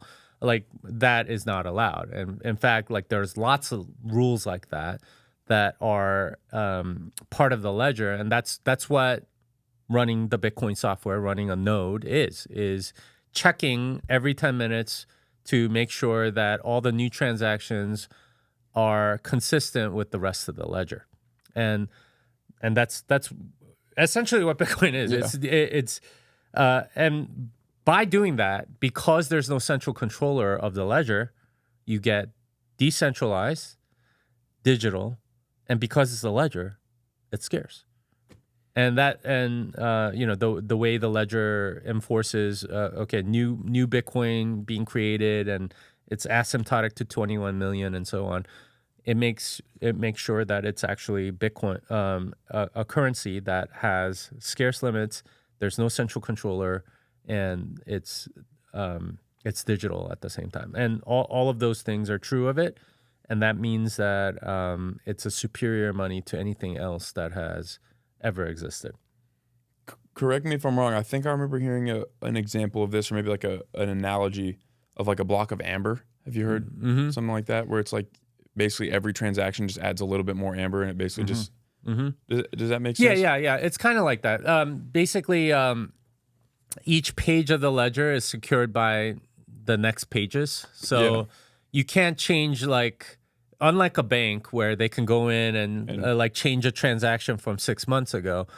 If you attempt to do that with Bitcoin, like, you would mess up everything that comes afterwards. So, like, sort of picture it as each page has some information of all the pages before. Yeah. Okay. So like say you put like a stone in the middle of the amber, and then like 6 months later you wanted to go get the stone. Yeah. You couldn't. Yeah. You couldn't go get it without. Without changing the entire thing. Okay. Yeah. So it's kind of like that. So that's just all written into the code, basically. Well, So the code checks all of that stuff. Okay. Yeah, and every time a new page comes on, it's like, okay, is it consistent with everything? So is that at the base level? Is Bitcoin really? Is that just what it is? It's a code. It's a big ledger, and code that checks that the ledger is right. Okay, gotcha. Yeah. Okay. Pardon my novice questions. No. I mean, it's important to understand, because I think a lot of people get tripped up on the decentralized digitally scarce thing, because which is so different. Yeah. Because it's sort of like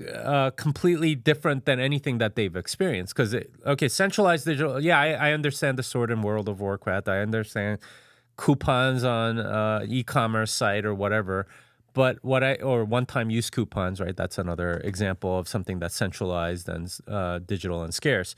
But what they don't get is decentralized digital and scarce. How can that exist, right? Like, it just kind of blows their minds. But this mechanism of this ledger and software checking the ledger and new ledger entries coming in constantly, that is ultimately how you create decentralized digital scarcity, and that's what makes it sort of like very interesting and very different than anything that's come before, or really anything that's come since. And so Satoshi Nakamoto is the pseudonym or the name of the person or whatever. Is there any, like, does anybody know, like, is that just the person who put the name on the essay or whatever, and then Satoshi created the white paper and the software, right? And then the ledger sort of builds itself as people do transactions. So created that, and then left maybe a year and a half after it was released. Yeah, so it was kind of crazy, but that was Satoshi's contribution. That's incredible. Yeah, I mean, it really, like, my mind's racing, because it's like it's so counterintuitive, like you just mentioned, to everything that I or most people listening to this, and probably you up into the point where you got exposed. Most people until they get exposed, it's so different than everything we've been exposed to this prior. is why so many people think it's a scam, because it's outside their mental experience. But if you actually look at how it works, it actually really does work that way. And the natural instinct of people is to say, well, if it's decentralized and digital, then it's somebody's going to go do something to it. It's not actually scarce. And that's the instinct of a lot of people. It's like, no, actually, it's enforced by every node. So no, you're not going to be able to get away with it or whatever. And that's what trips them up, is that their prior experience doesn't actually, like, prepare them for what Bitcoin actually is. What would happen if some massive player went in and just bought, like, a bunch of Bitcoin, like hundreds of billions or whatever? I mean, the Bitcoin price would go up, right? Like like, there's not enough sellers for hundreds of billions right now. Like, I mean, I think there are estimates of how much Bitcoin is on exchanges at the moment, and it's maybe like 8% of the supply. It's really not that much. So it's like self-correcting in that way. Yeah, because even if somebody did one that wanted to, like, hey, control the Bitcoin supply, there's not enough sellers. They just wouldn't. Yeah, I mean, like, try cornering the real estate market, or try cornering the gold market. I mean, it's extremely difficult and requires tremendous amounts of capital. And I honestly don't think there's enough capital in the world to do that, at least on fiat money terms, because even if the U.S. government started buying, I don't know, like $1 billion of Bitcoin every day, right? I don't think they come out with that much Bitcoin in a year, because price would just go up. Like people wouldn't want to sell, and then at some point some people sell, but it's not the entire thing, and there are people that are going to hold it like no matter what. And and that's kind of how markets work. If there's somebody that wants to buy a lot of it, well then, and especially if it's scarce, there's supply and demand. The supply in Bitcoin is fixed. So if there's greater demand, the only release valve is price. So that's kind of what happens. And that's what's been happening with Bitcoin. And this is why you have such a high price for Bitcoin. Like I said, in 2011, when I first got in, it was $1. That's crazy. Because there wasn't that much demand for it. Yeah. But the supply was pretty fixed. But as the demand went up, as more people found out about it, more people understood what it was, and more books and more, information got out there, and people understood over time that this was actually scarce and digital and decentralized. Demand went through the roof, and there's no release valve of extra supply. Every other good in the economy, if you get more demand, there's there's an incentive on the part of the people that are creating the good to make more of it. So if we have these Shure SMB7 mics, I think, or whatever, and these became very popular as a result of Joe Rogan, right, using it. But they actually got popular with Michael Jackson. He recorded everything on these. But as they become popular, you would think that the price would go up if there was a fixed supply. But, Shure, the company, is we can make a lot of money at $400 a piece for these mics. We're just going to produce more of them. And that's what happens, is you get more suppliers for anything if you have more demand. And that's been the case for any good. But if you can't create more of it, then the price just goes up. And that's the case with Bitcoin. And that's one of the unique things about the economy of it is that we've never had something with a fixed supply before. Yeah. Well, I'm thinking of it I don't know why this just came to mind, but like an Instapot or a pressure cooker or something, there's so much heat, and the heat just continues to get hotter unless there's a place for it to escape. Is that that's a similar analogy? Well, yeah, pressure. So I mean, that's the ideal gas law, right? PV equals nRT or whatever. So you increase temperature, volume stays the same. So PV equals nRT, V is fixed, N and R are fixed, and then T is going up. Well, what are you gonna do? Where's the only release valve? Pressure, right? Yeah. So P has to go up. That this is. Like with any equation, that's just kind of what happens. And similar thing with Bitcoin, supply and demand create price. I forget the exact formula, or I mean, like a rough formula for them. But essentially, as you increase demand, then you get higher price. What's not the most apropos, but the most common criticism, or the most what do you think, if there were a fall to Bitcoin, if that's even a possibility at this point, what would it be? What would be the reason?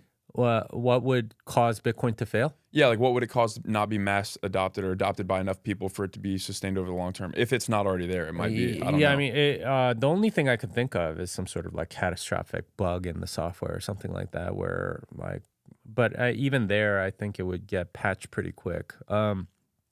I mean, people bring up stuff like,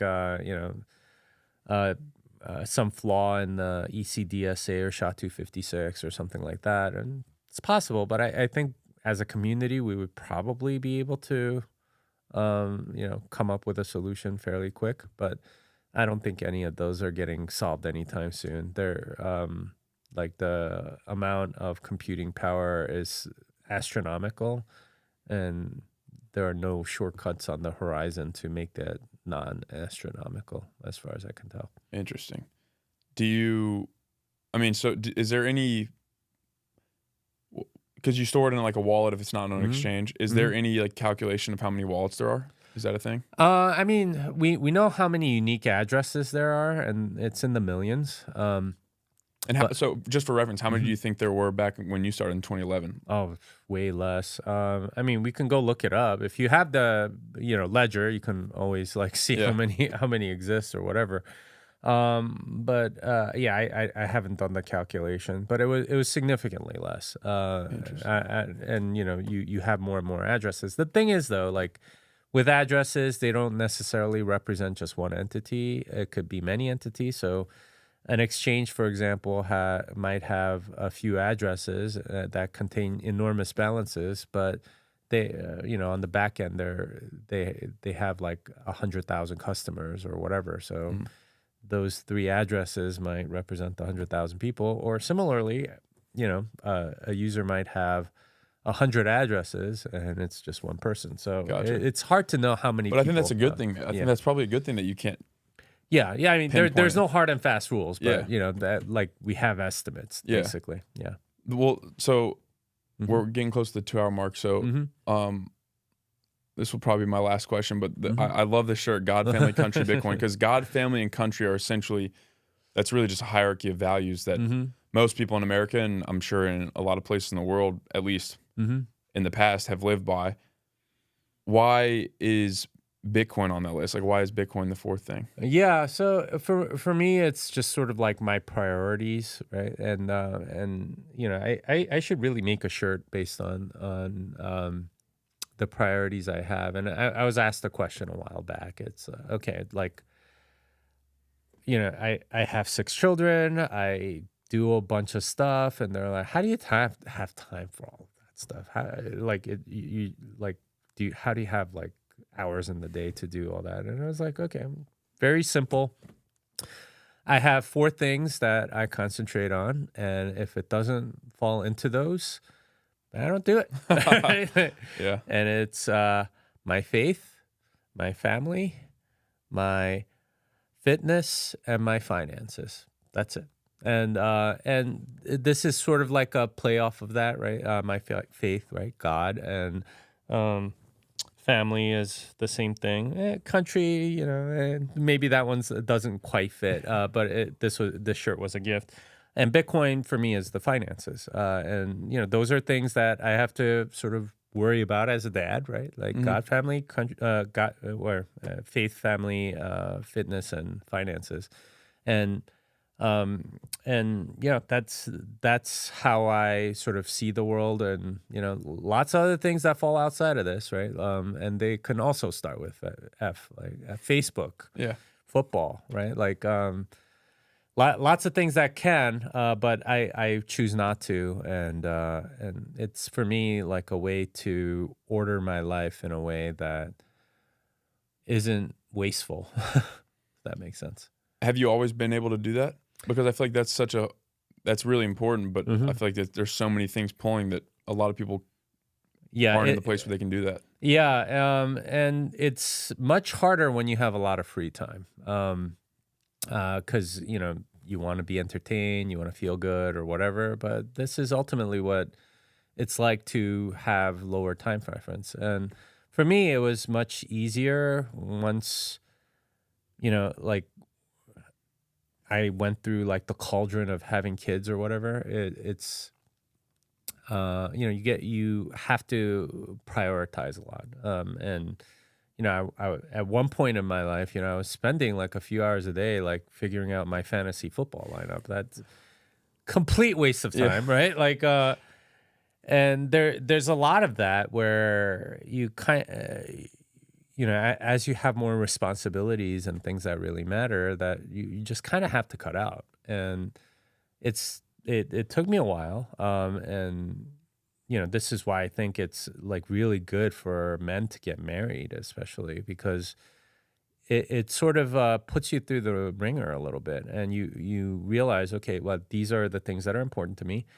And like as a young man, I wasted so much time on stuff that did not matter, right? Like video games or TV or movies or whatever. And like ultimately those things aren't going to get you what you want, and you have to prioritize certain things. And that's what I came up with, and committed myself to it. I can't say that I do that all the time. There's certainly lots of times where I fall off the ideal. But if you kind of have a direction that you're going, if you have a North Star, you at least know where you are in relation to it. I think too many people don't have any kind of North Star, so they just sort of wander, and actually they end up navel gazing, right? It's like, oh, what's going on? And then like go in circles. Okay. And you're wondering why you're depressed. Well, that's why. Yeah. I went to Jordan Peterson live in Austin last week, and he said, anywhere is too many places to go. So it's Ansel Adams, I've said this quote a bunch of times, but if you don't know where you're going, any road will take you there. Yeah. So it's kind of the same idea. You have obviously you've had to go through the cauldron that you mentioned to figure it out and solidify it, but now you have your things that you care about, and you stick to it, which I think is pretty dang cool. And you're able to do a lot of cool things and impact a lot of people, and it's pretty awesome. Well, I think that's where everyone should try to get to, right? Yeah. Like, otherwise, it's kind of like meaningless hedonism, and I think too many people sort of go in that direction, and and then wonder later, like, why am I so depressed, and why is my life so meaningless? It's like, well, because you don't have any meaning. What's that time preference that you mentioned? Yeah, low time preference. Yeah, we're all like society's pushing us towards that low time preference. High time preference. They push us towards high time preference instead of low. Yeah, exactly. If you don't mind, one more question, because obviously the book, Thank God for Bitcoin, and your shirt. How does Bitcoin like interplay or intertwine with your faith, if at all? I mean, it has significantly. I mean, I certainly did not dream that a book like that would have come out of during my journey, but it did. And part of it is what I found with Bitcoiners is that a lot of them are very curious about a lot of things, and part of that is just having gotten orange pilled, red pilled about money. They wonder about a lot of other things. So I would say that it's crossed over in the sense that it's a deeper exploration of truth, and that's something that they both have in common. Personally, I think being a Bitcoiner has changed how I view being open about my faith. I think there's sort of like a current in modern Christianity of just sort of like stay in your lane, like don't make waves, and just sort of like hide behind whatever, and don't be too controversial or whatever. Be nice, instead of sort of being the toxic maximalist or whatever with Bitcoining. Yeah, I'm kind of the toxic Christian at this point, right? I don't care if people are offended by me, and I think that's a much more genuine Christianity from everything that I've read, and I know I've been blessed as a result of that. I think that's what God is looking for from me, at least, and I suspect most other people, is being bold about who you are. And who He is in your life, and that makes everything so much easier, because you're not playing politics, you're not doing something stupid. It's so much better. One of my favorite verses is Matthew 10:34, and it's Jesus talking. And he says, "Do not believe I come to bring peace, but a sword." Yeah. So it's not about niceness, right? Yeah. Like, which unfortunately most churches are like really into, you got to be super nice or whatever. I think Vodi Balcom calls it the 11th commandment. Thou shalt be nice. It's like, no, actually you don't. Yeah. And, sometimes you should be flipping tables and calling people like, you brood of vipers. Like instead, like I get more condemnation from Christians oftentimes. You're being like super toxic, dude. Why are you calling Ethereum immoral? Like these are, Like, cause it is. Like what? Like what? Why? Like I don't understand why you would be condemning me for telling the truth. And it's like, well, you can't say that. I'm like, says who? Well, like I'm following the example of Jesus and John the Baptist and lots of prophets. It's totally okay to call people out, and actually suffering for doing that is exactly what I think Christ was saying when he says, rejoice and be glad. Like when people condemn you and, falsely say all kinds of evil against you and all that stuff. This is where you're earning your blessing, is when you're getting condemned by people for telling them the truth. And that for me has been an important part of my walk. And I don't think I really learned that until I was kind of a public figure in the Bitcoin space, because it is very easy to sort of like play that political middle ground, right? Like where you're sort of doing that, like not standing for anything or whatever, and hoping that you get chosen as that, kind of like the Supreme Court justice thing, right? Like where you don't say any of your opinion and hopefully you get chosen. Like that's a political game. I'd rather go down guns blazing, man. Like just go out in a blaze of glory. Just like lay it all out there. Here is who I am, and if you don't like it, okay, that's okay. That you don't have to like me. That's not what I'm looking for. And say what I think and not apologize for it. That's incredible. Have you read Wild at Heart by John Eldredge? I started the book. I think I got through a few chapters, but I never finished it. I feel like you would like it if you ever get the urge or desire to finish it. It's a good book. It definitely talks about exactly what you're talking about. How the male spirit. It's just become so emasculated and passive, and he just talks about how, as you mentioned, that's not how Jesus was at all, and we've pacified Jesus, and it's just a very interesting book. I have a whole other sort of like podcast that I recorded with a couple of guys about like the church and how Fiat has ruined church. Oh wow.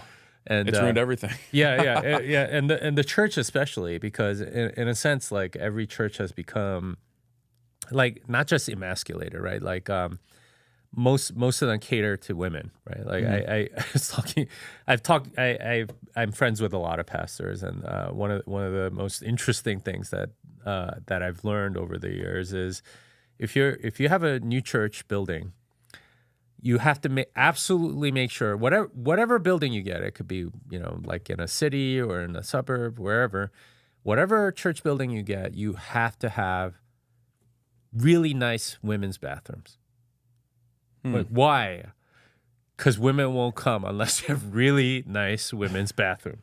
That's an interesting point. And they are 60% of the church population, and so there's this catering going on because most churches are businesses at this point, right? They're not really like holy places of gathering for community, especially mega churches and stuff. It's a business. You have a large staff, and you got to get the butts in seats. You got to get the tithes rolling in, and you got to make sure that you're solvent and make sure P&L or statements are good and stuff like that.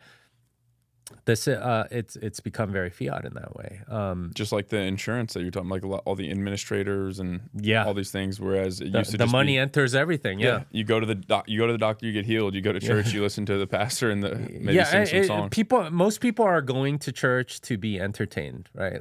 You like typical mega church experience. You go, you park, maybe in a really large parking lot. You have to take a golf cart all the way back, and you get off, you go to the coffee stand, get your mochaccino latte or something, and go sit in the seat where maybe the 5 people that are around you, sing a few songs, listen to a sermon, shake hands with the 5 people leave, like how does that compare to anything written in the New Testament about what a church should be? That's not it's basically like you're going to a concert every Sunday. That's what you're doing. And you act like this is making you holier? Really?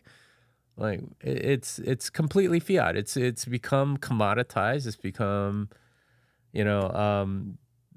like no cross carrying necessary, sort of like weird system that doesn't reflect Christ at all. One thing that I've thought about recently is, especially as a young man, and like trying to cultivate a vision for my life in some way, is just the idea that the modern world and the modern church, by default or like under that, is it's like we're to use the cross reference, it's like we're trying to reduce the weight of the cross instead of increasing our ability to carry it, if that makes sense. Oh yeah. Oh, we're not even reducing the weight. We're paying other people to carry it for us, right? Like that's a large part of the church experience. Is what happens is, part of keeping you in your seat, right?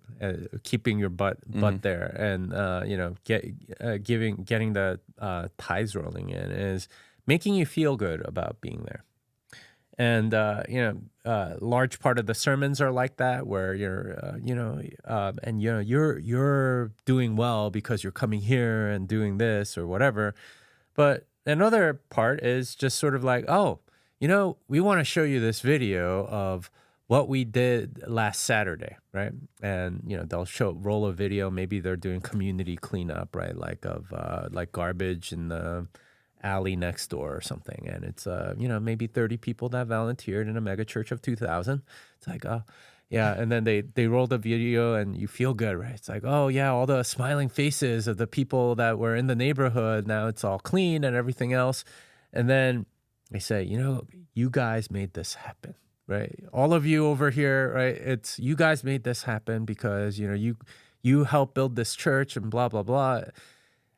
Instead of you actually practicing virtue, right? Like actually going and feeding the poor, visiting people in prison or, old folks' homes or hospitals or whatever, it's some other group that does it. And you're getting credit. Yeah, it's a form of like, for lack of a better term, it's a form of mental masturbation in a way. It's just like, talking about that thing you're going to do, or watching somebody else hunt or do video games. It's what I call outsourced virtue. It's somebody else is doing the work and you're getting the credit because you tithe to the church, right? And instead, the cross is too heavy for me, right? Like, just get these other people to carry it, right? Like, have them go do the soup kitchen and the, visiting people in hospitals and stuff. That's for, the hospitality pastor or something, right? To go and visit people in hospitals. But, we don't actually have to do what Christ said. You guys go do it. And, as long as you give us money, we'll absolve you. That's now, it's not said in those explicit terms, but that's the essential bargain you're making. And this is the fiatness of church. Is there? It's all like that, and it's all very sad because the people that need Christ the most, aren't getting it. Like you would think by attending church every week, you're getting something, and maybe you are, but to a large degree, it's the entire system is there to keep you in your seat, keep you tithing, keep you like sort of supporting instead of your own holiness, which is what God cares about more than anything else. Yeah, it's interesting because I'm friends with a pastor here in Austin as well of a small, like a very small church, and it's an interesting conversation to have with him because you don't want to explicitly turn people away, but you also want to tell the truth, and you have to know and understand that telling the truth will turn people away. And I'll also add that like I'll never like turn away, or not turn away, but I understand the utility of a megachurch. I think it's really like I went to a quote megachurch in Atlanta for 5-6 something years, and I think there's utility in terms of the Andy Stanley Church. I'm guessing. Yeah, exactly. Yeah, actually, yeah, Buckhead Church. But the amount of people that at least got introduced to, Because if you go to church more or less, most of the time, especially for somebody that's new to faith or Christianity in general or Jesus, you're at least taking a step, in my opinion, in the right direction. So it's like what I can't remember what you said about truth, but it's the seeking out of truth. So there's that caveat too. It's so nuanced, but obviously it's there's a lot of corruption in the church as well. Well, I mean, not just that, but a lot of rent seeking. Like half these people like are incentivized to just keep reporting good things, right? Like missions is a really good one to think about. Most people's exposure to missions is the one Sunday a year when some, missions pastor tells you all the good stuff that's happening because of your tithes and offerings. Again, right? Like no actual cost carrying required. You're like contributing money to get the credit for it. But what are they going to tell you? Well, everything is going awesome. Right? Like, I mean, there's no struggles or whatever. It's just, we're saving all of these people and these people got like wells or whatever.